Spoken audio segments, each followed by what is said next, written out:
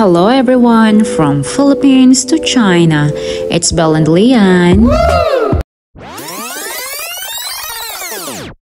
After Chinese New Year nga ay dumating naman itong kapatid ni Lian kasama ang kanyang family. Wow! Sa parents nga ng Velasco kasi sila nag-celebrate ng New Year.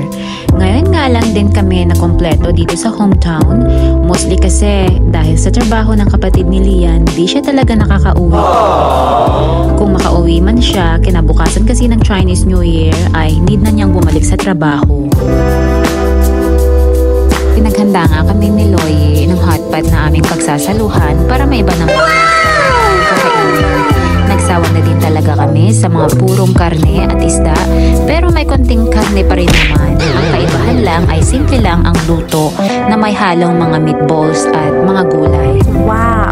Ito nga ang mga pampalasa na kadalasan ginagamit ni Loie sa hotpot. Yummy! At ito naman ang mga sausawan at bet na bet ko nga ito dahil hindi siya ganun kasalty. Binibili nga lang niya ito online.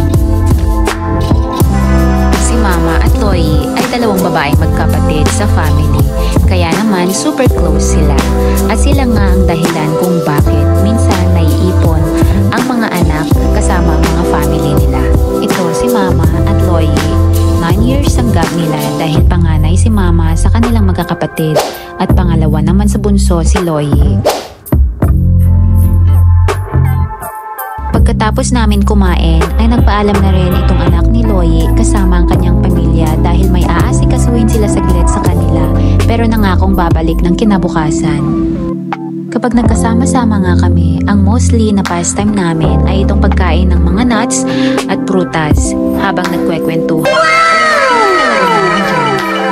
Tinuloy nga namin ang paglalaro ng mahjong. Nagkasali nga din ako dahil tuturuan nga raw ako ni Lian kung paano maglaro.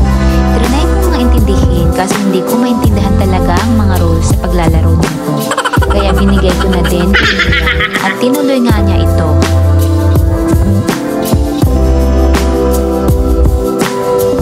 Medyo madaldal nga itong kapatid ni Lian dahil nakainom, pero kung hindi naman, sobrang tahimik niya.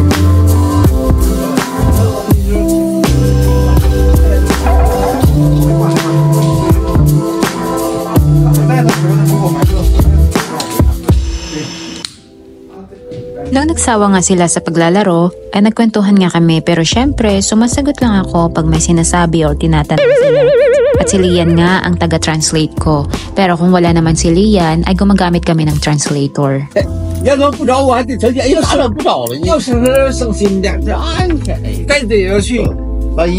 Maaga nga kami nagpunta kina Mama dahil dito kami mag-aalmusal. At tignan nyo naman itong bakuran ni Mama. Noong summer, punong-puno siya ng tanim niyang gulay pero ngayon, puro niebe ang ating makikita. Pagkatapos nga ng aming almusal ay umalis na ang kapatid ni Lian kasama ang kanyang pamilya dahil kinabukasan ay may pasok sa trabaho ang Velasco. Bumalik nga kami agad dito sa restaurant ni Loie dahil magkakaroon kami ng salo-salo sa side nilang magkakapatid kasama ang pamilya ng mga anak nila. Pinagpatuloy nga nila Lian at ang kanyang mga pinsan ng paglalaro ng mahjong habang inaantay na maluto ang mga pagkain. Heto naman si Loie na busy sa pagluluto dito sa kitchen. Tinatanong ko nga siya kung anong pwede kong maitulong pero sabi niya wala na daw. Alam niyo ba si Loie yung tipo na kapag nagluluto gusto niya siya lang yung nasa kitchen dahil mas lalo daw siyang natatagalan kung may ibang nakikialam. Bali dalawang malalaking table nga ang aming inoccupy at masaya nga kaming kumain at the best talaga ang mga luto ni Loie. Yummy! Ang pagbibigay nga pala ng ampaw or hongbao ay mostly para sa mga bata tuwing sumasapit ang Chinese New Year kapag nagkasama-sama ang family.